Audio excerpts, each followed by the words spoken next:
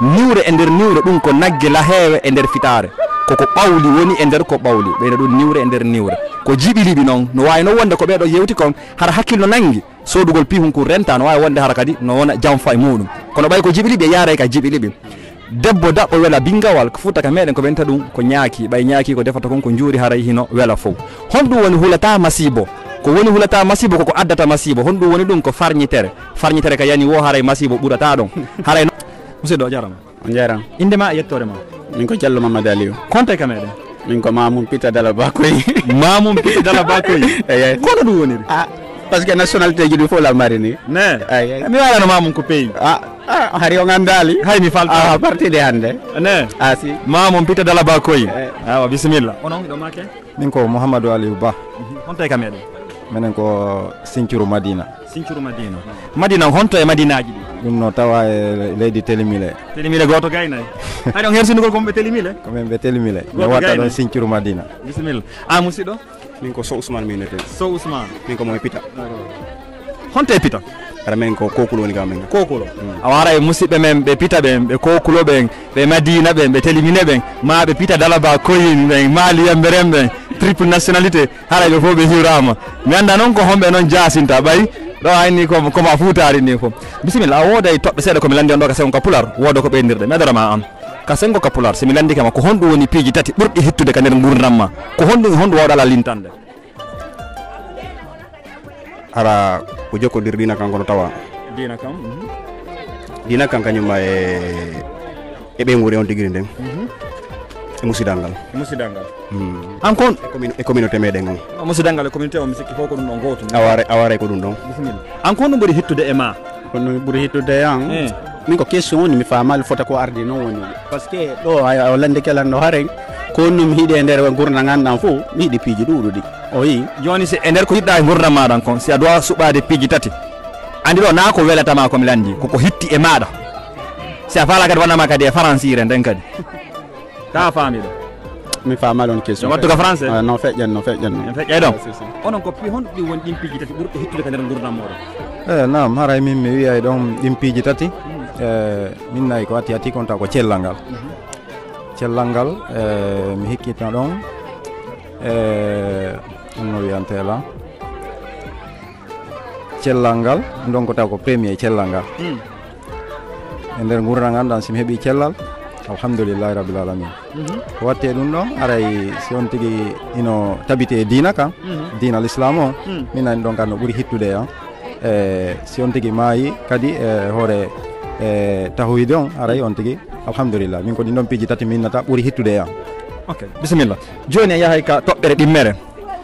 mi adoran onon ko honɗum sendi diina e naamu kon ɗum woni diina kon ɗum woni naamu kon no ɗino ɗiɗi wawata sendidirede si payi kullandike on hande nam aray mi atora diina kan e naamu ngu hino seedi min mi wiyata ko sendi ɗum ɗon noon wano diina kan ɗum ɗon ko rewgol Allah ɗum woni diina kan rewgol taguɗo on e l'islam ɗum woni diina kan e naamu ngu ɗum ɗon ko tawɗen kon tawɗen mawɓe men no waɗa enen kadi hiɗen tokkiti ɗon hiɗen waɗude min nayi naamu e diina kan hino ko no woni différent an ko honɗum wiiɗa e mum kanko tigi ko woliro ɗon ko gonga exemple ɗo ni ɗum ko ɓorni ɗon ɗo ko innete ko affaire leñol ni wona fi affaire diina ɗum wona kufuna mo on ɗo ɗen siga ɗin piiji ɗon faami diina ka ɗum ɗon ko parti hedditi ko gadduno ko parti wona ko jilli bisimilla an ko honɗum wiiɗa e mum aray ko wi ɗon kon min kadi hara miɗo tawti e nder muɗum saabu diina kan ena mon no serti diina kan haray kono inniri noon ko rewgol joomi on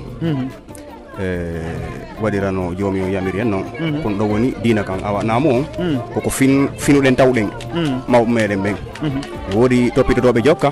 no woodi ɓe toppitotako jokka mais haray ɓe accitti koɓe tawri mawɓe maɓɓe haray koko moƴƴi si ɓe toppitike surtout so tawi woni koko moƴƴi bisimilla joni a yahay ka toɓɓe sakkitore en waɗa jiɓiliɓi ka pular on nana e mawɓe no inna niwre e nder niwre ko honɗum ɗum firi awa min nayi niwre e nder niwre ko bone e bonɗo bone e bonɗo an ko honɗum wiiɗa honɗum woni niwre e nder niwre ande noon ko jiɓiliɗi mi woni on wadde min niwre e hoore nder niwre exemple ɗo ni mi junnayi on min na mi yeeya on hunde kon yaali hara ɗum noon o yaali kono noon hara ko niwre on ɗon soodude ko ɗum noon minatano ko niwre e hoore nder niwre min ko ɗum mi faami onon ko honɗum wiiɗon e muɗum niwre e nder niwre niwre e nder niwre min mi innayi ɗum ɗon e hakkille an raɓɓuɗoɗe ɗen min nayi niwre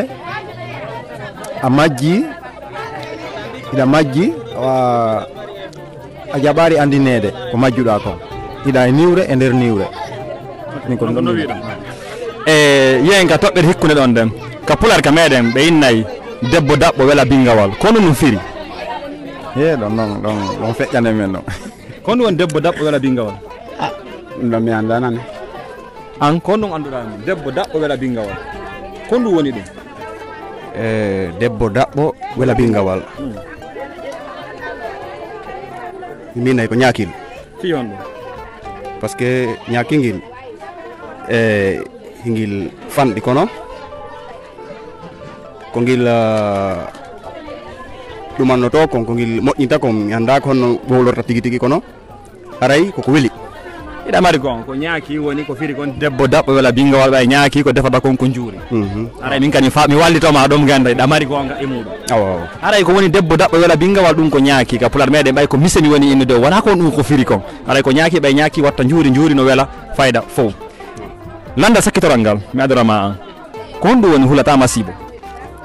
masibo min nayi ɗum go on ko boobo par ce que boobo on ko andi siko a yi masibo on hulama kono boobo on si yi masibo on o anda ko masibo on faami min nayi ɗum ko boobo no tawa e muɗum onon ko honɗum wiɗon hulata masibo min mi wiyay ko iblisa hulata masibo hulata masibo sombo honɗum kay aray kala ka masibo woni ɗon aray kanko koyo ɓeydu tun koyo waɗu tun fino masibo mo ɓurtira bisimilla an ko honɗum wiiɗa e mum hulata masibo ko masibo andi an kono andi masibo on ko définition yewtere nden ko ɗum woni kum pihum kum hulata masibo joni ɓe wiyay ɗo neɗɗo ko masibojo on hulata masibo haray min ko hanɗon mi